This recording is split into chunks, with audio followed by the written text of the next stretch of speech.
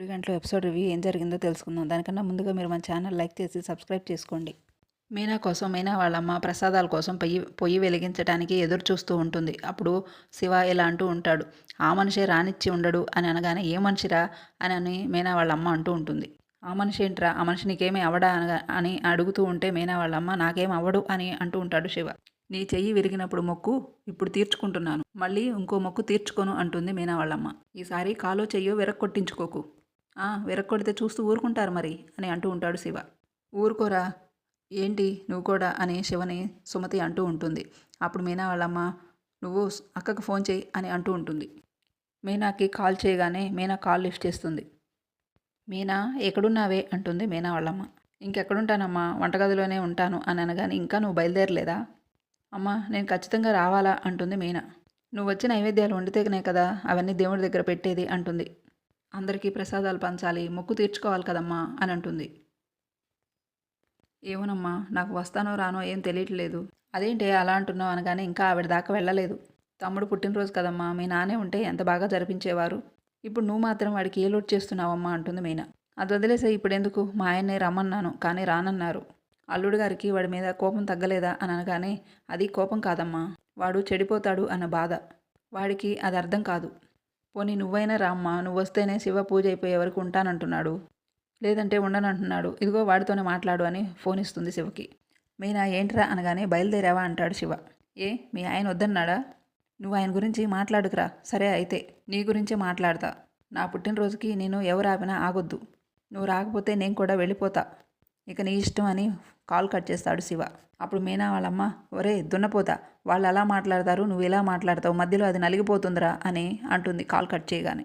అంతలోకి శృతి మీనా దగ్గరకు వచ్చి, ఏం జరిగింది అని అడుగుతూ ఉంటే, ఇలా చెయ్యిరిగినప్పుడు అమ్మ మొక్కుకుందంట, ప్రసాదాలు చేసి పంచిపెట్టాలి అని మీనా చెప్తుంటే, అప్పుడు శృతి, మరి నువ్వేంటి ఇంకా ఇక్కడే ఉన్నావు అని అడుగుతూ ఉంటుంది. ఆయన వెళ్ళొద్దన్నారు అని చెప్తూ ఉంటుంది మీనా. ఆయన బాసు, నువ్వు ఎంప్లాయివా? అప్పుడు మీనా, భర్త అనుమతి లేకుండా ఎలా వెళ్తాము అని అనగానే, అది ఏ కాలంలో భర్త అనుమతి లేకుండా భార్య ఏ పని చేయకూడదు కదా అనగానే శృతి, అది మన అమ్మమ్మల కాలం నాటి సాంప్రదాయం. పెళ్ళైతే పుట్టింటి వాళ్ళని లిస్టులో నుంచి తీసేయాలా? ఇప్పుడు తనకి ఇష్టమైన వాళ్ళ ఫంక్షన్కి బాలు వెళ్ళొద్దంటే బాలు ఊరుకుంటాడా? నీ పుట్టింట్లో ఫంక్షన్కి వెళ్ళొద్దనే రైట్స్ బాలుకు లేవు కదా. తనకిష్టం లేకపోతే తనల్ని రావద్దని చెప్పు, నిన్ను ఆపే అధికారం బాలుకు లేదు. ఇంతలో ప్రభావతి పైనుంచి దిగుతూ, వంటింట్లో మంచి గొడవ మొదలయ్యేలా ఉంది అని ఆనందపడుతూ ఉంటుంది. నువ్వు తప్పు చేయనప్పుడు సొంత నిర్ణయాలు తీసుకోవడం తప్పే కాదు అంటుంది. బాలు ఏమైనా స్కూల్ ప్రిన్సిపల్ అనుకుంటున్నావా? ఇప్పుడు నువ్వు వెళ్ళపోతే నేను ఊరుకోను అంటుంది శృతి. మేనా, ఆయన మాట కాదని వెళ్ళలేకపోతున్నాను శృతి అంటుంది. నీ పుట్టింటి వాళ్ళని బాధ పెట్టడం ఇష్టమైతే వెళ్ళొద్దు, లేదంటే ఉండిపో అని శృతి అక్కడి నుంచి వెళ్తుంది. ఇక శృతి వెళ్ళినాక మీనా అక్కడి నుంచి బయలుదేరుతుంది. అలా మీనా వెళ్ళటం చూసిన ప్రభావతి దొరికింది అని ఆనందపడుతూ ఉంటుంది. వాడు వెళ్ళొద్దు అన్నా ఇది వెళ్తుంది.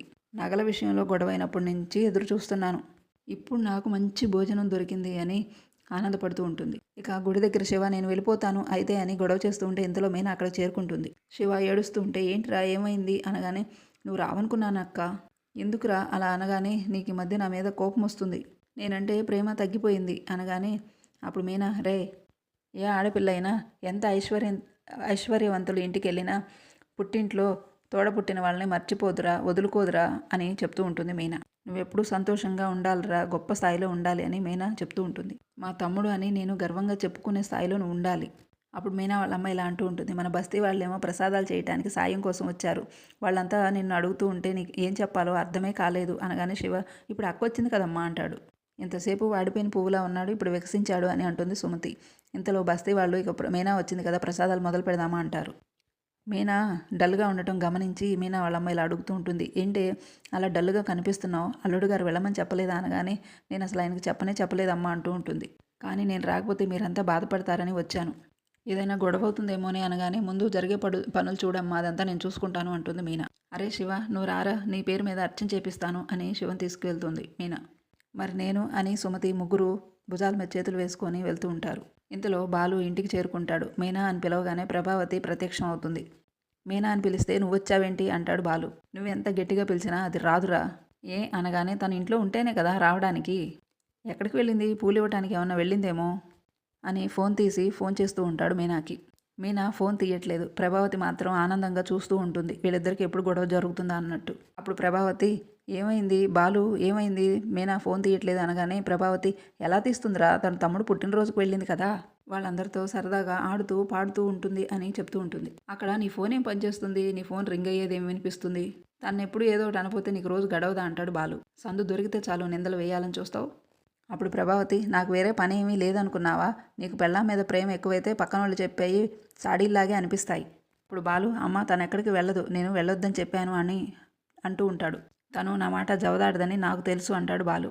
అవునవును తెలుసు, నువ్వు ఇదే భ్రమలో ఉండు, ఆవిడ గారు మాత్రం కళ్ళు కప్పి వెళ్ళిపోతుంది. అమ్మ మళ్ళీ మళ్ళీ చెప్తున్నాను, మీనా గురించి నాకు బాగా తెలుసు. తను ఖచ్చితంగా పూలు ఇవ్వడానికి వెళ్ళుంటుంది. పువ్వులు ఇవ్వడానికి కాదురా, నీ చెవిలో పూలు పెట్టడానికి వెళ్ళింది. నీకు నేను పదే పదే చెప్తుంటే నీకు అర్థం కావట్లేదా, నేను చూశానురా, తను గుడికే వెళ్ళింది అని కాన్ఫిడెంట్గా చెప్తుంది. బాలు సీరియస్గా, నేను వెళ్ళొద్దని చెప్పానుగా అనగానే ప్రభావతి, ఒరే నా దగ్గర ఎందుకు అరుస్తున్నావురా, మళ్ళీ మీ నాన్న వింటే నేను నిన్నేదో అన్నాను అనుకుంటారు. మీనా గురించి నాకు తెలిసింది నేను చెప్పాను, నీకు నమ్మాలి అనిపిస్తే నమ్ము, లేకపోతే లేదు, నీ కర్మ అంటుంది. అసలు ఇవన్నీ ఎందుకు, నువ్వే గుడికి వెళ్ళి చూడు, నీ భార్య దేవతామూర్తిలా దర్శనమిస్తుంది, నీ మాట ఎంత బాగా వింటుందో నీకు అర్థమవుతుంది. వెళ్ళరా అనగానే బాలు గుడికి బయలుదేరుతాడు. ఇక మీనా వాళ్ళు అర్చన చేపించుకొని ప్రసాదాలు పంచుతూ ఉంటారు. మీనా భయపడుతూ, నేను ఇక వెళ్ళాలమ్మా అనేది చెప్పకుండా వచ్చాను, అది పద్ధతి కాదు అనగానే, అక్క నువ్వు కొంచెం సేపు ప్రసాదాలు పంచు అని శివ అంటూ ఉంటాడు.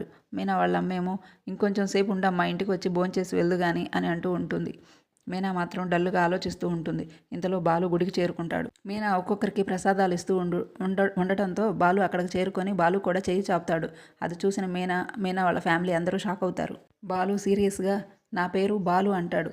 అప్పుడు మీనా, మీరా అంటుంది. మీరెప్పుడు వచ్చారు అంటుంది మీనా. ఇప్పుడే, నువ్వు దేవుడి ప్రసాదం పంచుతున్నావు కదా, తినేసి వెళ్దామని వచ్చాను అంటాడు బాలు. అంటే శివ పుట్టినరోజు అందుకని అనగానే బాలు, అంటే మరి నేను పోయిన రోజా, అయ్యయ్యో ఏంటండి ఆ మాటలు అంటుంది మీనా. ఓ నా మాట పోయిన రోజా, మీరు ఇక్కడికి రావడం నాకు చాలా సంతోషంగా ఉంది బాబు అని మీనా వాళ్ళ అమ్మ అనగానే, మీనా ఇక్కడికి రావడం కూడా నాకు చాలా సంతోషంగా ఉంది అని బాలు అంటూ ఉంటాడు.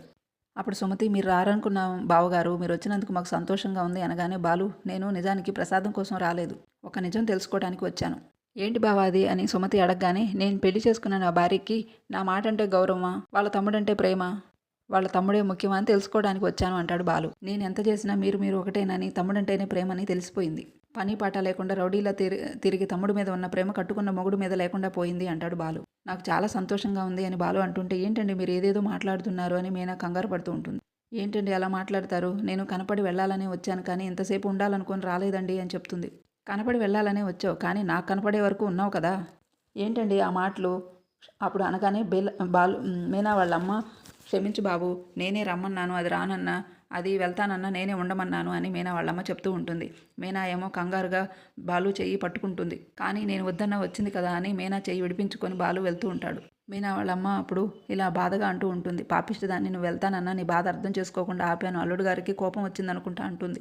అమ్మ నన్ను క్షమించవే అనగానే, అదేం మాట అమ్మ అంటుంది మీనా. మీనా ప్రసాదం తీసుకొని వచ్చి వాళ్ళ మామయ్య గారికి ఇస్తుంది. ఏంటమ్మా అనగానే, ఇవాళ మా తమ్ముడు పుట్టినరోజు, మొక్కు తీర్చుకొని ప్రసాదం పంచుతున్నాం అందరికీ అని అనగానే, మీనా వాళ్ళ మామయ్య కూడా బొట్టు పెట్టుకుంటాడు. అలా బొట్టు పెట్టుకొని ప్రసాదం కొంచెం తీసుకొని నోట్లో వేసుకుంటారు. మరి బాలు కూడా వచ్చాడా అని అడగగానే, వచ్చారు అంటుంది మీనా. సరే, నేను మీ తమ్ముడికి తర్వాత ఫోన్ చేసి పుట్టినరోజు శుభాకాంక్షలు చెప్తానులే అంటాడు.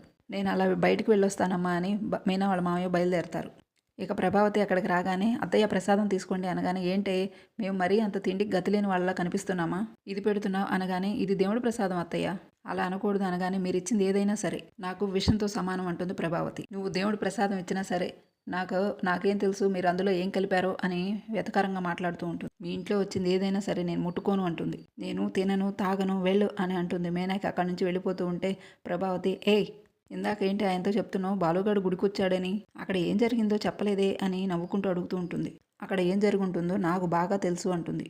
వాడు ఇంటికి వచ్చినప్పుడు నా మీనా అని నీకోసం వెతుకుతూ ఉంటే నువ్వు గుడికెళ్ళిన విషయం చెప్పింది నేనే అంటుంది. కానీ వాడు నమ్మలేదు తెలుసా, నీ మీద ఎంత ప్రేమో, అక్కడికి వెళ్ళదు, పూలమ్మటానికి వెళ్ళుంటుంది అని అన్నాడు. అరే లేదురా బాబు, నువ్వు ఇంకా పిచ్చి భ్రమలో ఉన్నావు అని నేనే చెప్పి గుడికి పంపించాను అంటుంది. నేను అలా చెప్పినా కూడా వాడు నమ్మలేదు, కేవలం నా మాట అబద్ధం అని తేల్చడానికి వాడు గుడికి వచ్చాడు అని అంటుంది ప్రభావతి. ఇదంతా చేసింది మీరా అంటుంది మీనా. సంతోషం అత్తయ్య, ఇదంతా చేసింది మీరా అని అంటుంది మీనా. ఇదొక్కటే కాదు, నువ్వు ఇంట్లో నుంచి వెళ్ళిపోయే వరకు ఏ ఒక్క అవకాశాన్ని నేను వదులుకోను అంటుంది.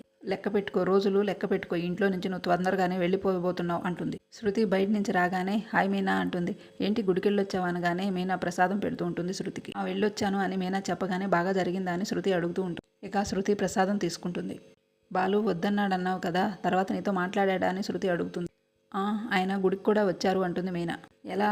ఎలా వచ్చారు, తనకి ఇంట్రెస్ట్ లేదన్నావు కదా అని శృతి అడుగుతుంది. అత్తయ్య చెప్పారంట నేను గుడికి వెళ్ళానని.